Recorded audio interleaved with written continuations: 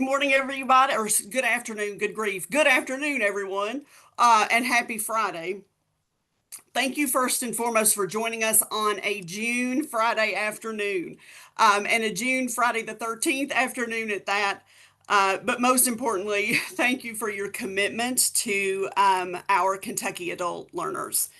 It goes without saying, and I know everyone on this Zoom already knows this, but our adult student population, whether they are enrolling or re-enrolling, is critical to realizing Kentucky's 60 by 30 goal, while also supporting our future college goers. Their children. So, my name is Tracy Teeter, and I serve as the strategy lead for adult attainment within CPE's Kentucky Student Success Collaborative. And I'm very excited today to have joining us our partners at Ithaca SNR. Their team engaged with CPE, Kentucky institutions, and many of you directly to study the impact of administrative holds and past due balances on Kentucky adult learners. I'm also very excited to have Hannah White with the University of Louisville Comeback Cards program to provide a program innovation spotlight for us. Hannah also serves on our adult attainment guiding team. But I also want to recognize that many campus partners are doing work in this area, and we hope there will be interest in continuing this conversation and spotlighting this work further happening across the Commonwealth. Just a couple of really quick housekeeping requests. We chose to have this Zoom in meeting format versus webinar format because we want folks to be able to connect with one another. So please put any questions that you have in the chat. We've allowed plenty of space and time for those questions. But if you put those in the chat, we'll also be able to have record of those and make sure we get those answered. We'll also be recording today's webinar at the request of several folks who are unable to attend in person, and we will post this recording to the Impact Exchange. So with that, we're going to go ahead. We're going to dig in. I have the pleasure first of introducing the Kentucky Student Success Collaborative leader, Dr. Lily Masson McKinley. Many of you know her. She is a fierce advocate for supporting all students through innovation, collaboration, capacity building, and systems change. And so, Lily, thanks for your time in joining us today. Thanks, Tracy. I was going to say, you've said it all. You really set up a really wonderful intro to what we're going to talk about and kind of dive into today. Something that I'd love to add is really just connecting it back to our overall student success mission and the work that the collaborative is leading here in Kentucky. A few things that we have as the main charges that are driving us as the collaborative, which is an initiative, of course, of the Kentucky Council on Post-Secondary Education. One of those priorities that we have in everything that we do is really fostering a culture of collaboration across all of our partners. And it is really exciting to see a project where we bring in national experts, and every single one of our campus partners, all 8 of our public universities and our community college system participate actively, share their best practices, share their challenges, and really ultimately we are all learning and growing through this experience. So I think that this project has been a wonderful example of the culture of collaboration that is being really fostered in Kentucky. Another big part of our work is really building our capacity for leading change on our campuses. And that is a very important part of the way that we go about not just kind of sharing best practices and sharing recommendations with everyone, but then really trying to bring folks together and ask, so what are we going to do about this? You know, what are the changes that we hope to see on our campuses? Who has the tools or the skills, or what resources and technical assistance may be needed to take us to the next level? And so I hope that if your institution is at a point where some of these recommendations are really speaking to you and you would love any kind of support, facilitation, assistance, et cetera, in helping move that work forward, please don't hesitate to reach out to our collaborative team to think through ways that we can build that capacity for leading change on our campuses. And then finally, our ultimate goal of existence is really seeing measurable gains in student access and success. And so that is a huge element to this entire initiative with the adult attainment strategy, as well as this project with Ithaka SNR. It's really to see more adult learners being able to access their transcripts and being able to return first choice to their home institutions, and to see how they can complete those degrees in as quickly of a manner as possible. And so hopefully the recommendations that we share here add a lot of value to the work that you're leading on your campuses, and that we'll really be able to see some incredible gains, which I'm sure the University of Louisville will be able to share some of their outcomes with us later on in the panel. So thank you all so much for being with us, and thank you, Tracy, for allowing me to share a little bit about the collaborative. Thank you. And we will turn it over to the Ithaca team to get started. So thanks for being here. Also, please feel free to introduce yourself in the chat if you are so inclined, but also know that we'll have some space at the end for some small group breakouts as well, so folks can connect. Thank you both so much. You provided a wonderful introduction to our work together, and we'll obviously say a little bit more about the project work and what we learned throughout this presentation.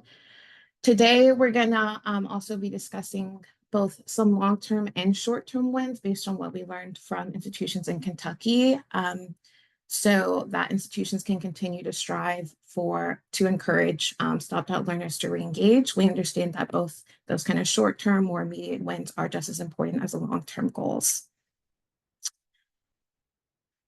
To start, when I say we, I mean our team at Ithaka SNR. If you haven't heard of us before, that's okay. We are a not-for-profit research and strategy organization that works to expand access to post-secondary education and strengthen success. My name is Christy McDaniel. I'm a researcher on the educational transformation team at Ithaka SNR. I'm joined by a couple of my colleagues, Joanna Dressel, senior analyst on the educational transformation team as well. She's going to be my co-presenter today. And you may see Tony Ann Richards, also a senior analyst, in the chat, sharing things and interacting there. But we are not the only ones that supported this work, so you can see the full team on your screen. With that being said, a little bit about what our time together today is going to look like. We're going to give you a high-level project overview, talk about some of the goals that drove the work, what the data collection process looked like, and what the outputs were. We'll then offer some context around re-enrolling adult learners with holds and unpaid balances, and then we'll get into the recommendations. We'll start by offering some framing to really situate the connection between short-term wins and long-term goals. And then we'll give more specific recommendations related to administrative holds, past due balances, and targeted support. We'll then pass the mic to Hannah from the University of Louisville to talk about their Combat Cards program and share about how the university has and is going about alleviating some of the challenges we discussed throughout the presentation. And then we'll share some guiding questions and open it up for small group discussion. With that being said, starting with the project overview, there were four major goals that kind of drove this work. One, identify and assess data on administrative holds and past due balances to better understand challenges related to adult learners in the state. Two, explore policy and practice opportunities to improve both support to adult learners with some credit, no credential, and re-enrollments at colleges and universities.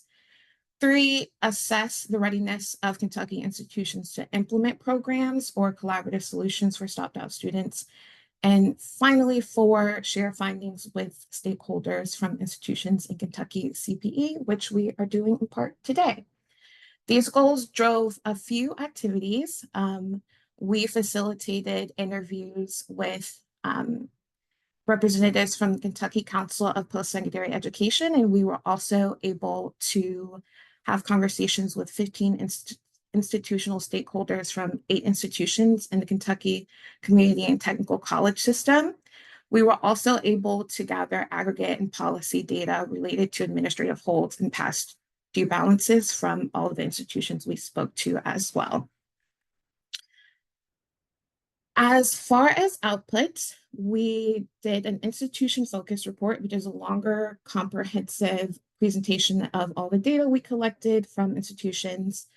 This will be distributed to participants in adult learner contacts after this call. We also wrote a brief tailored for Kentucky CPE. This offered some specialized content based on what we heard from institutions. And finally, earlier this year, we published a public-facing brief based on the institutional report. This is a shorter, high-level overview of the data we collected. You can access that public brief with the QR code or the bit.ly on the screen, and Tony has also shared the link in the chat. And with that, I will pass the mic to Joanna to talk about re-enrolling adult learners with holds and unpaid balances. Thank you so much, Christy, for that great introduction, and Tracy and Lily as well. We're all really excited to be continuing this conversation today. Setting the stage a little bit with the broader population of learners that we're talking about today, adult learners with some college and no credential. So across the United States, there are 37.6 million individuals who meet this definition and are under the age of 65.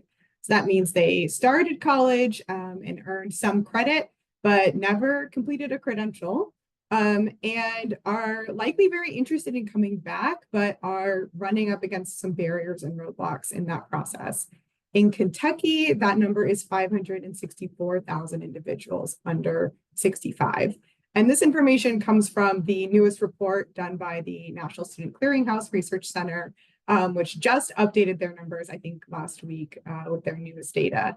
So this is a large number of individuals who could benefit from returning to college, and who could also, enhance our institutions and our workforces through re-enrolling. But we also know that the re-enrollment rate nationally and within Kentucky is under 3%. There's been some movement nationally, but it's kind of really hovering below 3% there. So there are substantial barriers to returning. And today we're going to dig into those. And before we get to the specifics of holds and balances, we just want to talk through some of the other reasons that might intersect with holds and balances and kind of make up that complex student journey about deciding whether or not to re-enroll. So this is a long list, but it's by no means a comprehensive list of what some of the barriers to re-enrollment are. And if there's anything that you have seen in your work with students that's not on this list, please, I think this is a great moment to share that in the chat. This is an opportunity, as Tracy said, where we can hear from each other and learn from each other. So this is a great moment for that. But some things that we're aware of at SNR are affordability in general. That's consistently in national research comes up as one of the biggest barriers to re-enrollment. And that also intersects with existing debt. So we're going to focus today about unpaid balances to an institution, but that extends to other forms of education debt through loans or other kinds of consumer debt, basic needs and security, the administrative barriers to re-enrollment, to federal financial aid eligibility, whether classes fit in with an adult student's busy life, whether they're able to transfer previous credit or get credit for prior learning, and whether a student feels like they belong on a college campus. So we're going to focus on administrative holds and unpaid balances as barriers. And these barriers kind of intersect with a lot of the other ones that were just on that list, from affordability to administrative barriers to a sense of belonging. When I say administrative holds, there's a lot of different forms that might take. And I'm sure that each of us can think of, totaling hundreds of different holds that all of our institutions might use. The holds we're going to really focus on are holds that prevent registration. So that could be a registration hold, which would prevent a student from enrolling in the next term at the institution, or a transcript hold, which would prevent them from accessing their official transcript for employment or transferring to another institution. Now, we know that holds can play an important role in a student's success. They can help a student know what next steps they need to take and help make sure that they're on track. But we also know that holds can end up holding a student back, literally, from re-enrolling and create unnecessary or difficult barriers for the student as well as for the staff that work with students. Now, this number comes from our research. As Christy said, we worked with 8 institutions, including the aggregate KCTCS system. And we found that within the past 10 years, there were 45,000 learners who had stopped out and had a hold due to an unpaid balance. Now, I'm going to talk about this a little bit in the next slide, but that number might shift somewhat because this was collected last year when we were including transcript holds, and it's possible that the transcript hold policies have changed since then. But we do know that a large number of students are affected by unpaid balances and holds. So why are we focusing on that today? Well, we know that students who have a hold and are unable to return due to an unpaid balance are a group of students who actually do still want to return. So there are a whole population of students that are missing out on this ability to return. I have also had the opportunity to work on the Ohio College Comeback Compact, which is a debt relief program that has a lot of similarities with the program that Hannah is going to talk about today. And we found that the pool of students when offered debt relief were just as likely to return. They re-enrolled at a similar rate to students who did not have that hold on their account. So these are students who want to return.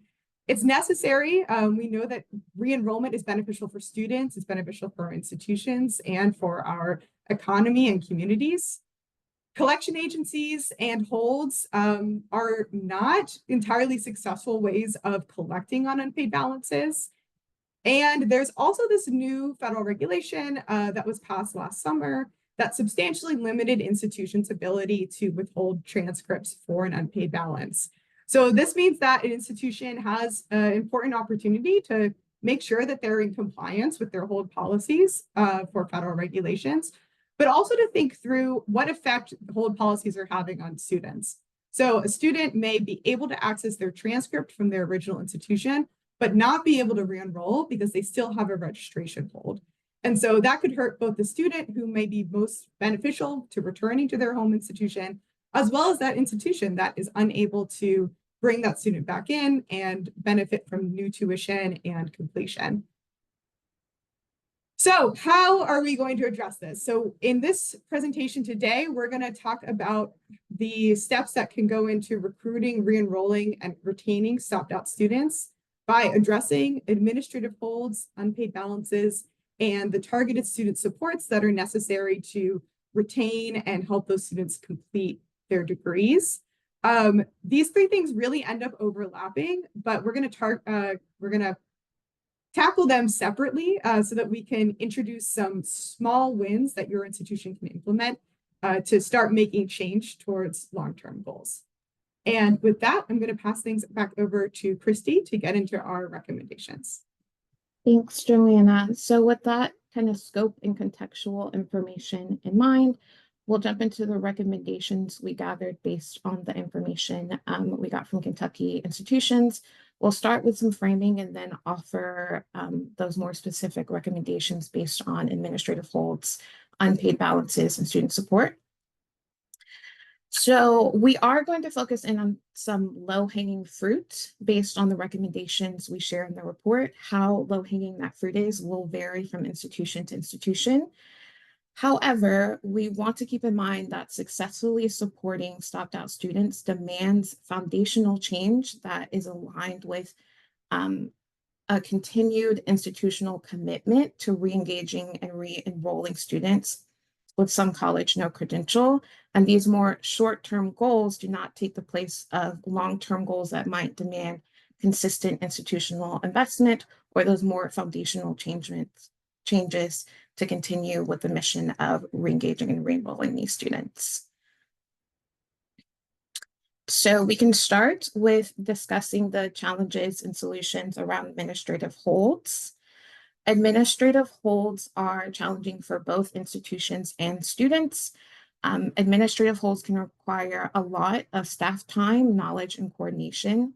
This is because hold resolution can require action by or communication with multiple departments or offices, really taxing that staff time and that coordination piece. Moreover, what a hold means and or its relevance can change over time. So folks that have to help students navigate this process have to hold a lot of knowledge in their minds and be able to access it readily to help students efficiently get to a hold resolution. Transcript holds held by other institutions can also be administratively challenging. This will likely be less relevant given the 2024 federal regulation. However, it is worth noting that we heard from institutional stakeholders that historically this barrier could be insurmountable, or to get around it, students would have to take not ideal course of actions and kind of miss out on that learning that they had already achieved, because folks at the kind of new institution had little recourse or insight to offer the student in trying to navigate this hurdle and ensuring they got that credit. On the student side, because hold resolution can toggle between different departments' offices, the process can feel like a labyrinth for students. And it is often difficult for students to navigate exactly what resources they need to tap into to get a hold removed once it is applied on their account. So overall, without the right infrastructure in place to address holds, both students and staff will face frustration when students are interested in returning. So what can we do about it? The long-term goal is really focusing on streamlining and centralizing processes and information related to administrative holds to make that process of getting to hold resolution as consistently efficient as possible. There are some kind of more short-term goals that can be stacked on top of each other to reach that longer-term goal. The first is inventorying or auditing holds. The inventory piece is really just understanding what holds can be placed on a student's account. That could be taken a step further by auditing those holds and trying to streamline them down. Another strategy is providing opportunities for key departments to communicate across silos to make the movement between different departments and offices smoother for both students and staff. It also would be helpful to make holds visible to necessary staff and students, so folks know exactly what they're working with in a timely manner and they can get it resolved, again, efficiently. Relatedly, sharing contact information and next steps for prevalent holds make sure that students and staff have a clear course of action once that hold is applied to a student's account. So we did see some of these things in Kentucky. As far as the hold audit, the Western Kentucky University worked with their IT department to pull hold data, and they were able to streamline what used to be over 200 different holds. They also made sure any hold a student saw also had a phone number, so students knew exactly who they needed to reach out to once they saw it placed on their account. Thinking about that centralization or ease of communication, at the University of Louisville, Adult Services works directly with the bursar office to get hold removed for students' accounts. What was shared with us that what really clears and fortifies that pathway is a shared goal of student success. And this makes it more efficient and simpler to move through the whole process for holds held by the bursar office. EKU has a big eCentral, which is more of a one-stop shop model. So it's combining all of those departments and coordinating across them in one place. Altogether, there are a number of different ways to make the process of removing holds easier for both staff and students, and subsequently making the pathway to re-enrollment smoother as well. And I'll pass to Joanna to talk a little bit about past due balances. Thank you so much. So I think past due balances are a great thing to talk about after we've talked about administrative holds, because there's so much underlying infrastructure to holds that have to be put in place in order to address them and support students in their own responsibility for addressing them. But these holds, and a lot of times, especially the ones we're focusing on, are connected to unpaid balances. So that is a sort of next step or something to be thinking about at the same time, is how are the unpaid balances going to be managed in a way that ensures students are able to re-enroll. So past due balances, in our research, we found that they do end up creating a lot of difficulties for both staff and institutions, as well as students. So thinking about just managing past due balances, we heard from institutions about really the labor that goes into notifying students of their balances, trying to keep on track with when balances are due, as well as the sort of technological complexity for that. So every institution that we spoke with described how they were working to communicate with students before and after their accounts were due. And that this required the right technological infrastructure to automate messages, as well as substantial staff time, or sometimes in addition to substantial staff time, to review student accounts and communicate the right information. And this only got more complicated once students separated from the institution, as their email addresses might change, or the student maybe never provided a personal email address, as well as phone numbers and mailing addresses. We also heard that there was limited flexibility often in what an institution would be able to offer to a student as a method for managing their balance. So at one institution, we were talking about some incentives where they were trying to encourage students to return.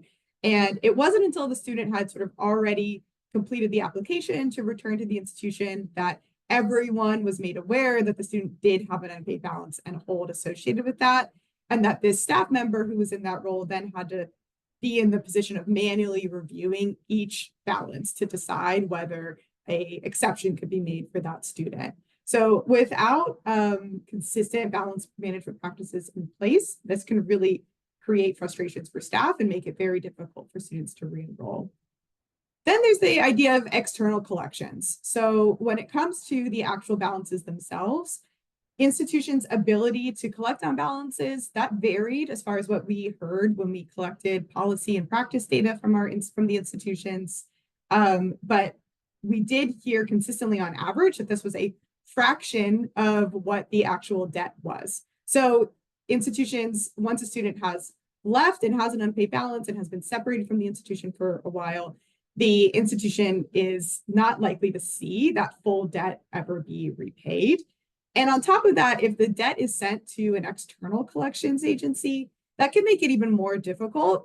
So if it's in external collections and the institution wants to extend some sort of exception or relief to the student, they may not actually be able to do that because the debt is no longer housed internally and they don't have control over it anymore. So we did hear some times when this caused additional complications for staff and for comeback programs. Now, for students, the challenge might seem pretty obvious, right? It's a balance that the student has to pay, and that's a challenge. But I think it's important to think about the scale of that. So these might be balances that seem relatively small. We would hear from interviews that balances anywhere from $100 to $1,000 could really be extremely prohibitive for a student who is balancing a lot of different priorities at that moment that they decide to re-enroll. So the balances can be outsized in terms of the difficulty that they cause for students, and yet may seem kind of minimal once we think about them at an individual student level. Now, what can be done? We did hear a lot of great examples, like the ones that Christy shared for balances or for holds, as far as how to manage unpaid balances. So the long-term goal that we see as being helpful for students and for institutions is to provide debt relief options, as well as implementing measures that help keep students on a path to re-enrollment. So offering students who have past due balances flexibilities through payment plans and hold agreements. We heard about hold agreement forms at Morehead State University, as well as past due payment plans at KCTCS. And these help students either re-enroll or work towards paying down their balance to be able to re-enroll eventually and stay out of external collections. There's also ways to think about how to better communicate with students at multiple points through multiple avenues when they have a balance. So before a student ends up stopping out, we heard some great examples from Murray State, who reviews accounts throughout the semester and calls and emails students with tailored instructions for their specific situation. And then at the University of Kentucky, we heard about a collaborative response across a number of offices to coordinate on individual outreach to students who had stopped out with balances to help develop the path for re-enrollment. And then there's the idea of balance relief. So creating programs in place that can help the right students qualify for a balance resolution if they do re-enroll and are able to complete their degrees or bring in new tuition revenue for the institution. So we're going to hear more about the Comeback Cards program at the University of Louisville. And we also learned about some examples at Southeast Community and Technical College, as well as Hazard Community and Technical College.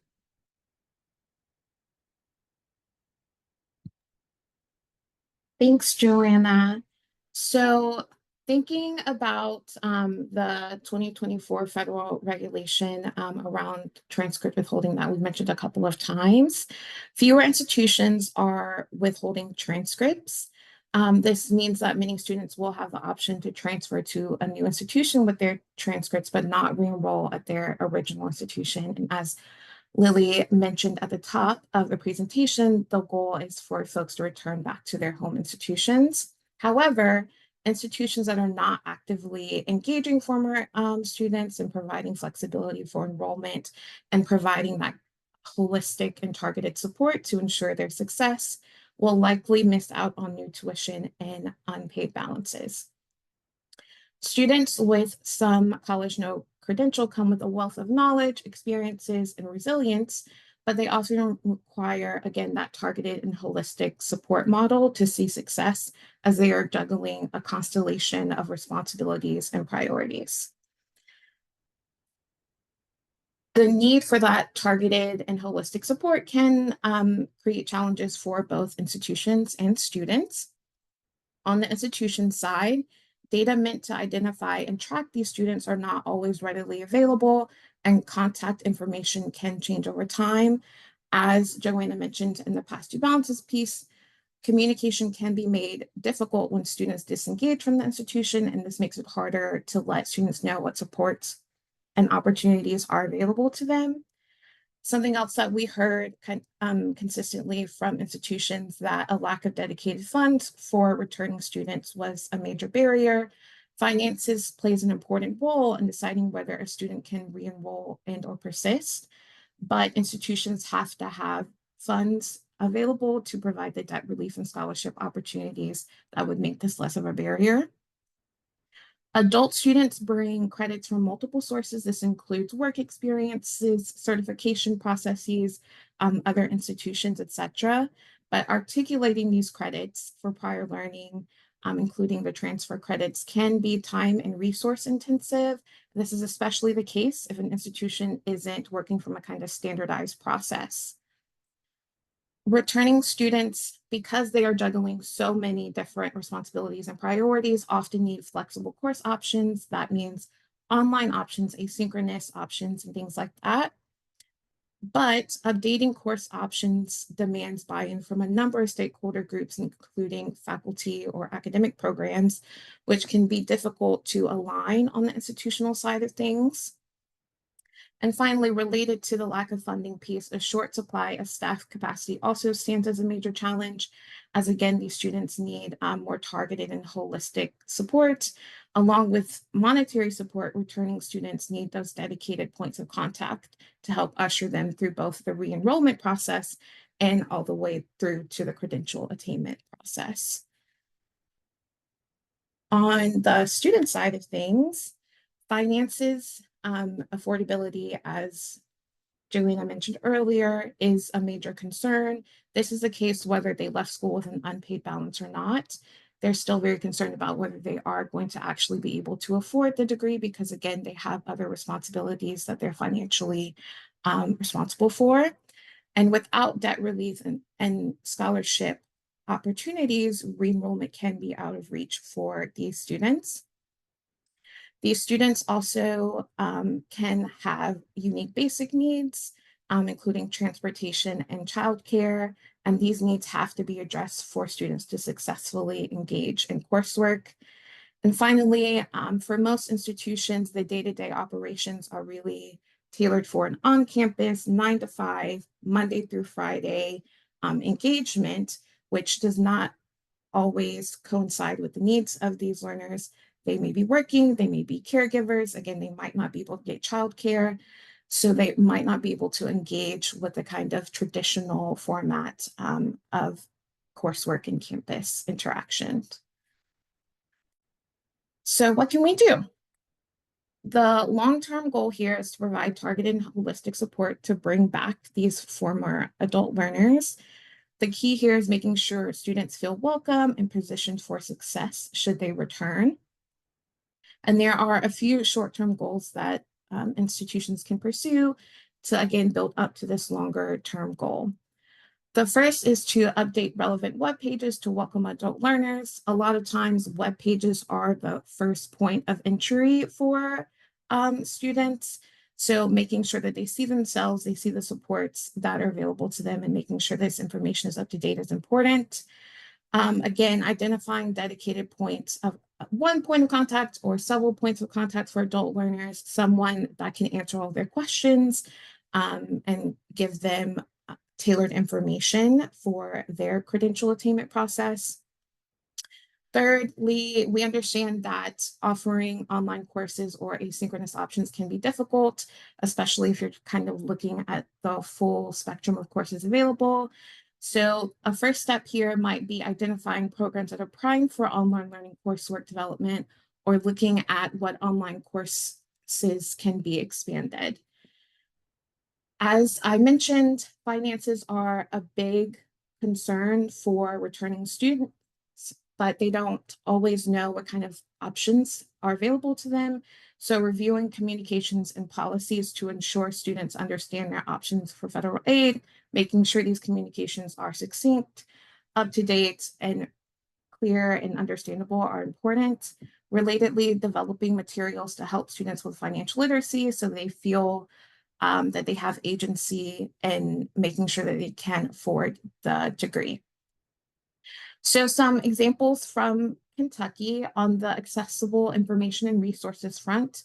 One institution has an adult learning advisory board that works to try and inform the institution's approach to supporting and communicating with adult students.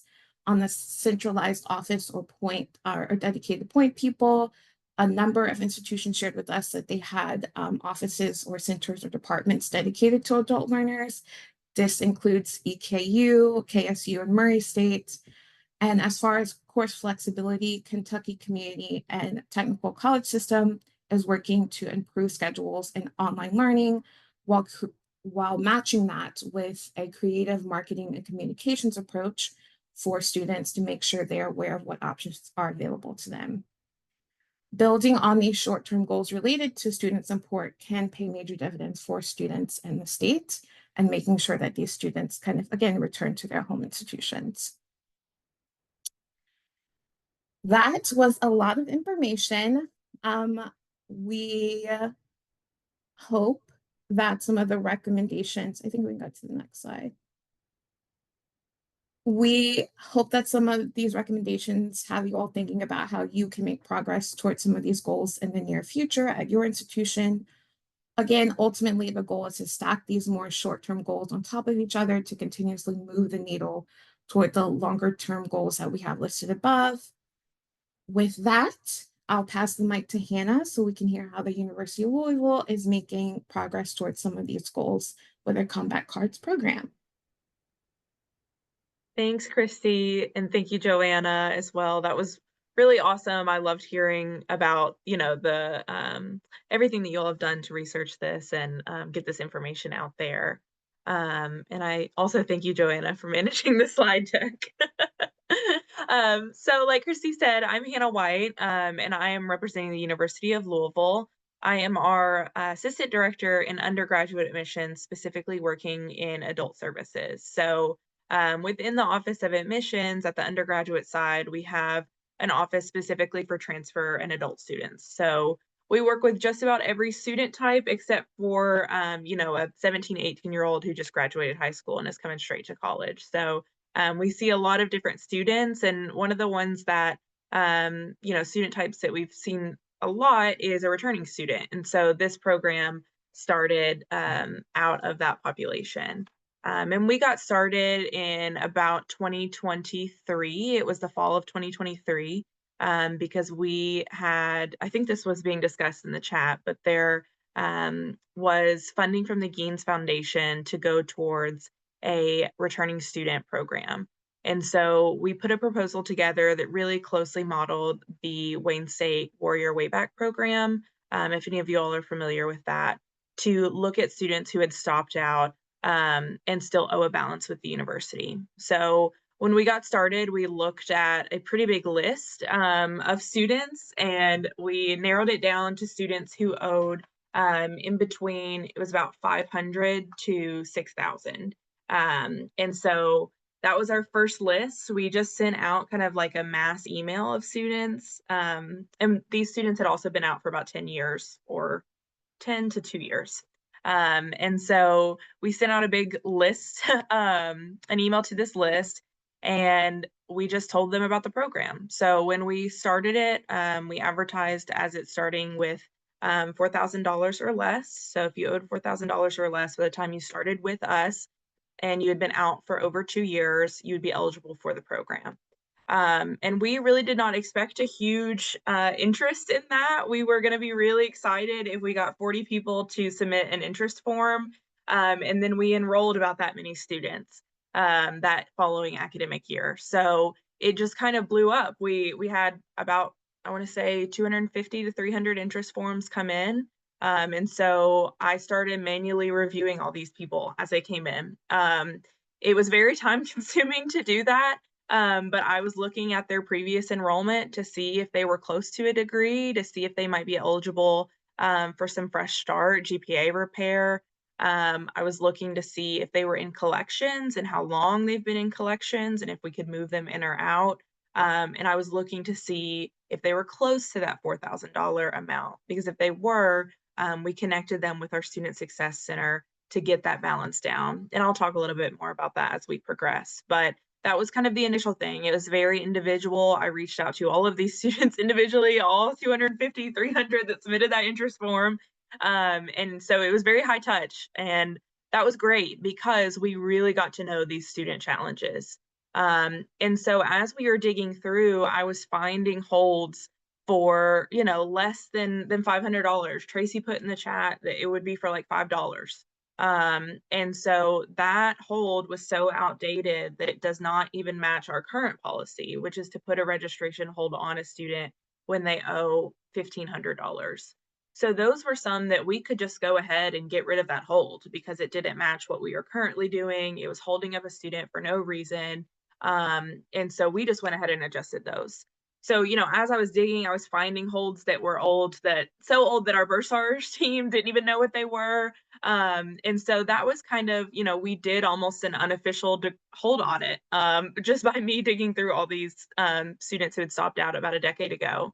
And so that was challenging for us as staff trying to navigate this system. But also you can imagine how challenging that is for a student, right? They are even less familiar with these systems. So if we can't communicate internally what all of this means, how can we communicate it externally to our students? And so as students were coming back, we saw other challenges with financial aid. So they would come back and they would not be eligible for SAP. And so trying to also communicate that on top of all the other things that a returning student has to think about. How do I meet with my advisor? How do I get a SAP appeal letter? How long is that going to take? If I'm doing this last minute, am I going to have financial aid? And then if I don't, am I going to be in more debt? And so that was another barrier there, just trying to get students connected with SAP. We worked pretty closely with our financial aid office to make them aware of this cohort, that these were students who were returning through comeback cards. And they were really great about processing these SAP appeals as fast as we could and getting their financial aid to them, because that was our biggest worry when we did this, was we didn't want students to come back and still be in debt and then just further that by coming back to school without having a financial plan in place. So that was one of the first things that we did, was look at SAP and look at financial aid to make sure that that wasn't a barrier. Another thing was this movement in and out of collections. So when I was working with students and looking at all of their balances, we would see students who would go to collections, not make a payment, and then the balance would get moved back to the university. And that could happen with a student 2 or 3 times. And again, they're getting letters in the mail, but I mean, how many of you all are checking your letters in the mail frequently, right? Not a lot of you. Or they might have gotten an email that was going to their U of L account that has now been deactivated because they've been away too long. So students, I mean, there were so many that would call and say, I have no idea what my balance is, where it is, if I'm even eligible, if I'm in collections. So that process was extremely frustrating as well, to say to a student, you know, yes, you've been in collections. You were in collections 2 years ago, and then we had it, you know, for this short period of time, and now it's back in collections, and them not to know that at all. So just thinking about how we could also improve that communication as well, especially with students that are moving in and out of the university system. And then also when students were leaving the university, when they return back, we have to look at their prior academic standing. And when a student has, it's our admissions policy that when a student has left the university on an academic dismissal or suspension, there's an additional appeal process that they must complete through the academic unit in order to be readmitted. So, you know, we advertise a returning student application to be one of the easier ones. You know, we'll say we've got your transcripts, you're not going to have to pay an application fee, just submit this online application, you're good. But in reality, with these students who had already been facing a barrier at the time that they stopped out, that's probably why they stopped out, their grades reflect that. And so it wasn't this 2-day admissions process that was initially advertised. It was students, you know, having to come up with a personal statement or documentation that supported the reasons why their grades had suffered.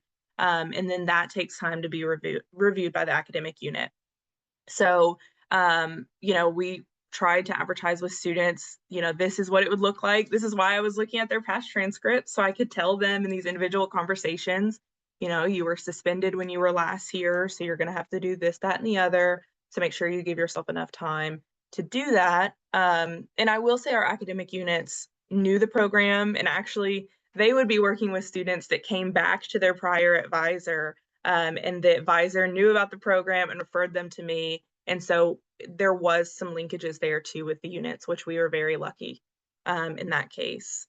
And then also just thinking about grades and prior academic standing, there were students who wanted to go through our Fresh Start program, which is another really wonderful resource for our returning and adult students, because they can apply for Fresh Start and reset their U of L GPA.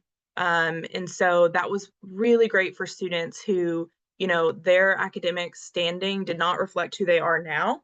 And so they can just go in, apply for Fresh Start and reset that GPA, and yeah, get a fresh start and finish that degree that way as well. So, but those things take time too. So you'll keep hearing me say these things take time. And for those of you that work with like a transfer or adult student, usually time is one of the biggest things you're looking at. Students might do things right before a deadline. You know, they're not aware of these processes. So just advertising these things and being upfront with them just to let them know that they're going to have to allow some time. So going into the data, our first official semester for this program was spring 2024. And so we ran, this is data from that first year. So spring 2024, summer 2024, and fall 2024. So like I said, at the beginning, we were really hoping to just have like 30 or 40 students express an interest in the program. And then by the end of the year, we had 63 students enrolled through the program. And so looking at these students, there were some trends that we saw that really fit with what we kind of already knew about our adult students that were enrolled with us. So on average, these students were enrolled in 9 credit hours, which makes sense when you think about what adult students have going on in their lives. They're not looking to come full-time and be a full-time student. They're probably working or caring for a family, or taking care of other responsibilities. So most of our students were enrolled part-time. We did have some folks who came back full-time, did 12, 15 credit hours, just trying to push through that degree. But most of them were in the 6 or 9 range. 31% of those students that were enrolled in the Organizational Leadership and Learning program. This program, if you had asked me which one was going to be the most popular one, I would have said this program. It is within our College of Education and Human Development. And it's unique because it offers credit for prior learning. It's one of our 3 programs that offer credit for prior learning. And this one has about 7 different tracks that really are targeted to meet adult learners where they are in their current workforce needs. And it's fully online and asynchronous. So this program is really perfect for students who are looking to find a degree path that's going to be flexible, it's going to take the least amount of time, and they're going to spend the least amount of money doing it. And 40% of students, so almost half, were in a fully online program, which again just really fits what you know, when we think of adult students, what they're looking for, which is that course flexibility and that program flexibility, because that meets, you know, where they are with the rest of their life responsibilities. What I really loved was that over half of these students were at senior standing, so over 90 credit hours already earned. And on average, students had already earned 79 credit hours prior to coming to comeback cards. So we really were able to find students that were so close to that finish line. And we did have some that came in as freshmen, and we're going to have them for, you know, 3 or 4 years in this program. But I think for these students to come in and know that they're going to be done and walking across the stage in about 2 semesters, I was really excited to see them come back for that next try and finish. So, and then kind of on the university side, just in that academic year, we earned about $220,000 in tuition revenue. Actually, that was just for the fall semester for fall 2024. So when you subtract the amount that we paid down on past due balances, it was about $190,000 return on investment. So for me, you know, I'm not a university president, but for me, that is a no-brainer when you're thinking about programs for enrollment and tuition revenue. We only pay, if a student is attending part-time, we will pay $500 for that semester towards their past due balance. And if they're attending full-time, we'll pay $1,000. And then when they graduate, we'll finish out that balance if there's any remaining. So we're really paying such a small amount each semester in the grand scheme of things, that it really is such an easy solution for tuition revenue, because the return on investment is so great.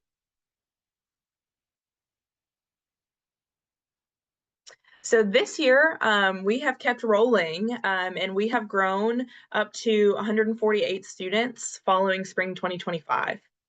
So we saw a pretty big jump in numbers. In spring 2025, we had 74 students, and then 71 are already enrolled in summer or fall classes. So that 71 does include those who are continuing on, but then also new students. So, you know, we see interest forms come in all the time of students who are interested in starting with this program. And we do keep communications rolling for it. So every so often we will revisit that list, and we'll usually adjust it by a year. So if last time we were looking at 2022, we're now looking at 2023, for example, and still going back about a decade. So every year we get to look at a new cohort of students to make sure we're maintaining that 2 years away. But yeah, we've already got interest coming in for this summer and fall. And then also, our students are demographically more diverse than our overall student body.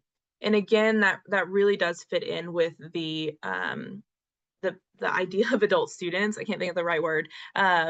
Because adult students, as we know, are more diverse than a traditional student in pretty much every way. So age, obviously, but also race, gender, socioeconomic class, you know, their workforce. So that was reflected here in comeback cards as well. This is another factor that I really loved. When we looked at their term GPAs, we saw that they showed academic improvement upon returning to U of L. So their average term GPA for spring 2025 was a 3.0. I was so excited about that. I feel like that just really represents what the program is, which is that we're looking at students who have stopped out because something was going on in their life, whether that was any of those challenges that Christy and Joanna had talked about. But yes, they were motivated. They came back. They're in a much better place. They're ready to finish that degree, and they're succeeding. So I really, really love looking at that term GPA and seeing them, you know, the A's and B's. It's amazing. And then again, our most popular program does continue to be organizational leadership and learning. That is the program that is really meeting them where they are. So that I don't anticipate to change, but yeah, again, we're still with organizational leadership and learning. So a couple of program developments that are happening. We did get some additional funding from LG&E, which was really lovely. So we started with our Gaines Foundation funding, and now LG&E is also helping us. And this is going to do a couple things, this funding. We're looking at increased support for retention efforts. So our Student Success Center has been instrumental in this program. They have been helping students navigate all of those barriers that we just talked about. So how to do a SAP appeal, how to do Fresh Start, how to meet with their advisor. And then they've also been helping students through what we call persistence grants to help them meet the balance requirements. But also that's some funding that will help us monitor our comeback card students and see if there's anything coming up that would prevent them from continuing on, and then being able to support where we can. And then we're also looking to, so that kind of goes along with moving to the cohort model. So really keeping track of them as they move from their degree. So kind of like academic year to academic year. And with that, we're looking to do some graduation honors for these students. We really want to recognize the power of adult students walking across the stage at graduation and everything that they have taken with them to do that. So we're brainstorming things. If you all do any of that, let me know. But that's also, I think, a really good place to support these students and recognize what they've achieved. And then I'll talk about this, but I do want to say our wins, which I think is the next slide, Joanna. Sorry. Yes. So thinking about graduation, just some early successes. We've had 12 students who've graduated so far. We had 5 in the winter graduation and then 7 this past spring. And then 42 seniors are currently enrolled. So we know that we will see some more across the stage either this spring or next, sorry, this winter or next spring. So that's another thing that I just really wanted to highlight is the 12 that have already achieved their bachelor's through this. And one actually just called me the other day, and she has been accepted into a master's program this fall. So I really love hearing those stories, and that's kind of the benefit of how high touch this program is. But okay, if you can go back to the next one. So thinking about some of our challenges, and I've talked about some of these, but it is extremely manual. And this is, I have to own, this is part of our larger U of L systems integration issues. So a lot of this enrollment data, customer account data is all in one system, and then the admission stuff is in another system. So it is really hard to merge those, and that has been really the wrench in this automated process of reviewing. So that is really the main thing, is that anytime we're posting these funds on their account or we're reviewing them for the program, I am going one by one looking at them, and the financial aid office is going one by one. So that's probably the biggest challenge. But then also changing methods of contact. So that was tricky at first when we were really trying to get rolling based off of this list that we had from institutional research. I will say that now that has become less of a challenge because word has gotten out. And so students opt into the program through our interest form. So we have them put their phone number, we have them put their email, and that allows us to know that we're talking to them in the method that is actually up to date. So that we didn't design it for that reason, but that has really been kind of a nice thing that the opt-in of it has helped us there. And then I've kind of already talked about these, but definitely the different points of entry financially. So we have students who can come in and pay those tuition charges for these coming up semesters, but some really do need the extra support from our financial office, our Student Success Center. And this is high touch too, but I think the flexibility and student-centered approach that our university systems have, so especially in our bursar's office, student success and financial aid, has really helped with that, because it has taken a village, but now I feel like there's a team out there that is working on this as well. So yeah, those were some of the challenges. And then the wins again. So going into recommendations, this is a lot of text on this screen, but these would be my personal recommendations having done this. And I know there are other schools out there that also have similar programs. So I'm excited to hear from you all too in the breakouts. But the first things first is starting to look at your stop outs. So how many do you have? You can look at like a 10-year period.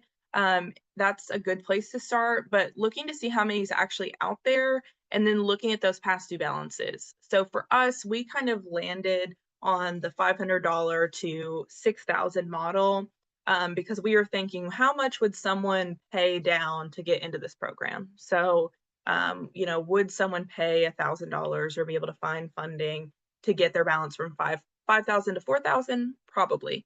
But that also depends on what you all have. So, if you all have a lot of students who might be at that 5,000 amount, you might extend it. But you have to start by looking to see how much people owe on average. And then also, we talked about these hold audits. I think that's a great recommendation because I didn't know until I started digging what holds we used and for what amounts. I had no idea what a collections hold was. I just didn't know. And I would say that's probably similar across the board. A lot of people don't know what these holds are or who manages them or how they get on there, how they get taken off. So just looking at your holds that you have and possibly running an audit, even if it's as informal as what mine was, but just knowing what's out there and how you can get it resolved. And then process for transcript release on past due balances. So that, even with the legislation that came down, that is still, it varies school by school. So thinking about how you can encourage those students who are looking to get their transcript but owe a past due balance, how you can get them to stay at their home university. Like for example, if a student at the University of Louisville calls our registrar's office and asks for their transcript, and if they owe a past due balance, we will first refer them to Comeback Cards and see if they would be a good fit for that program. We will still release their transcript, but there is that referral process because some students might be more enticed to stay and finish at their home university. And then securing funding. So, you can look at outside funding and institutional funding, but look at your strategic enrollment goals. I promise you there's probably something in there about adult or non-traditional learners. And so that fits really well into that. And then outside funding. So, looking at workforce development. If you have employers in your area that might support this or philanthropic organizations, that might be a good way to start with a small gift and then try to get that institutional buy-in to continue the program. And then also, if you don't already have this, establish policies and clear channels between admissions, bursars, registrar, financial aid, whoever might be a major player in this. You might want to go ahead and map that out and identify your allies. Because like I said, this program would not have happened if I couldn't have called the bursar and had her look at like a really weird hold and get it removed. It wouldn't have happened if Student Success didn't refer students to me and help them through some of those barriers. So definitely look and see who your allies are across campus and who's already doing some of this work and join forces. And yeah, that's the main recommendations. But like I said, I'm excited to talk more about these. And that's it. But if you all have any questions or want to talk about this is my email. So please feel free to shoot me an email. We can set something up. I would really love to see this grow across the Commonwealth and other schools do something similar. I was just telling Tracy, I think, it's something where you can really start small. We had no idea that it would grow like this. So the interest is there. It's just, starting small and then growing it. So thank you all.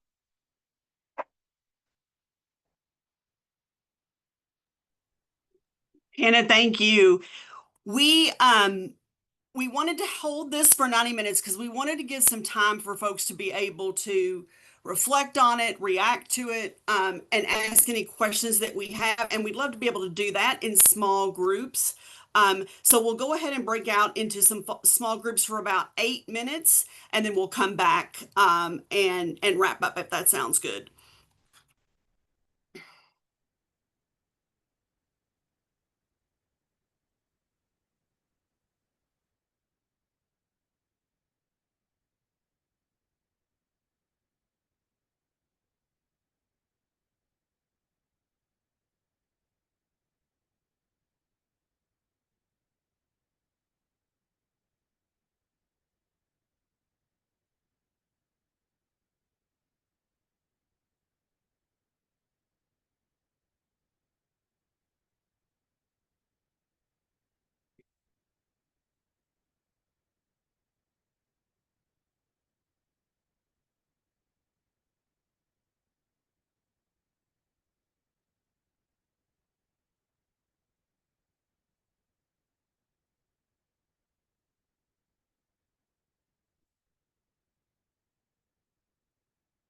Hey Tracy, it kicked me out of the whole thing when I clicked the breakout room. Uh-oh. Nan, can we let's see. I can do it. I can resend him. No problem. Thank you. Give me a minute, D. All right, thank you.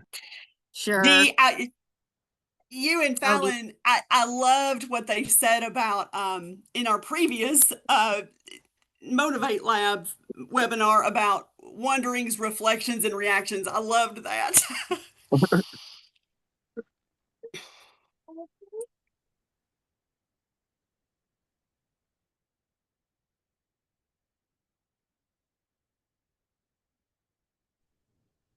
Feel free to move me too. I didn't see a breakout group. Okay, I'll send you. Hold on.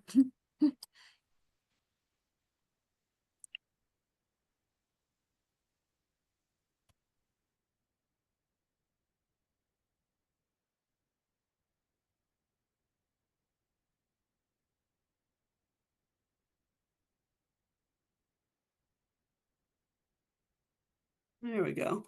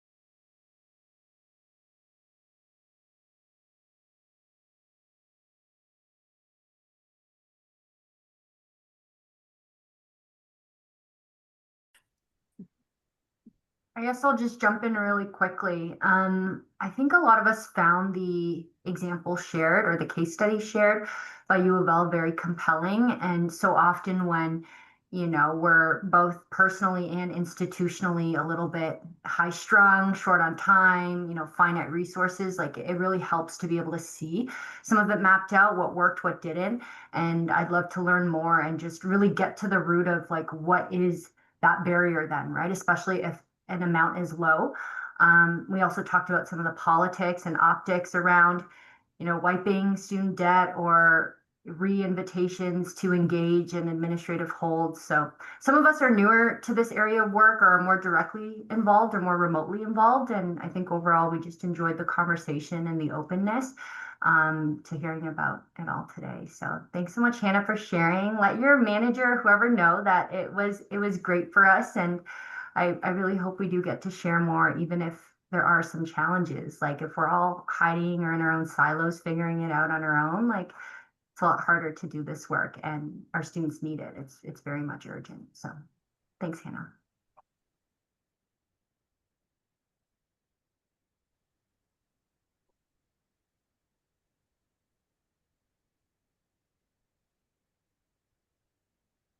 Any other insights before we wrap up? I'll throw out that I used to work for University of Louisville and the OLL program. Let me move my screen over here. My camera's over here. And one thing we did real quick, and it wasn't me, so I can't take credit, but somebody else did when the university moved from college algebra required to more of a QR required for the general education requirements, quantitative reasoning, was they looked at who had math and maybe one or two other classes left to complete on their degree. And they communicated with those students and got several students to complete a degree that way, just by looking at the missing class. Because for a lot of adult students, math is the number one thing they don't want to go back and take, especially if it's college algebra. Too hard to get back on that train. Yeah, I just want to jump in and just say thank you, Tracy and Nan for running tech and everybody for holding this. This was very informative, and thank you, Hannah from U of L. That insight that you shared with us in our breakout room was very beneficial, and I can't wait to see this implemented across the whole state. Well, and I want to thank all of you. I was doing sort of a quick look at who we have represented in this group, and we have nonprofits on the call with us. We have faculty, and Roberta, I really, really thank you for your comments, and we really appreciate you being here. We have 4-year representatives, we have 2-year representatives, we have state office folks, KCTCS, CPE. Within those, we have different units and departments. We have student support, and we have and all of us are going to take from our spheres of influence. It's going to take all of us to move this for adult learners. Some of the senior fellows and I have this conversation frequently that in the adult learner space, historically, if you've been there long enough, this might resonate with you. You feel sometimes like the sort of the left out population, but with the demographic cliff, and some of the emphasis being put on adult learners, I mean, that's certainly not the case. And really excited just to learn alongside you all. Our last slide, Joanna, would you mind if you can to put the slides back up? If not, we've got a QR code. We'll send those out. I'll put in the chat a link to a survey. This is a survey for a couple of things. One is feedback on today, but the other equally important is there interest in continuing problem solving around this particular topic? And then what other topics are you interested in specifically in the adult attainment space? So 8 quick questions. I promise we'd love your feedback. And before we take off, any final words, Ithaka, or any final questions?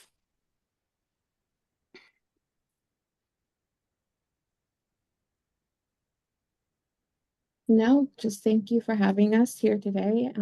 I think we've learned a lot as well, and we appreciate you all for engaging with our findings from the work. Thank you, and I hope everyone has a wonderful and hopefully not too rainy in the state of Kentucky at least weekend. Thanks, everyone. Stay dry in Kentucky. Thank you, everyone. Thank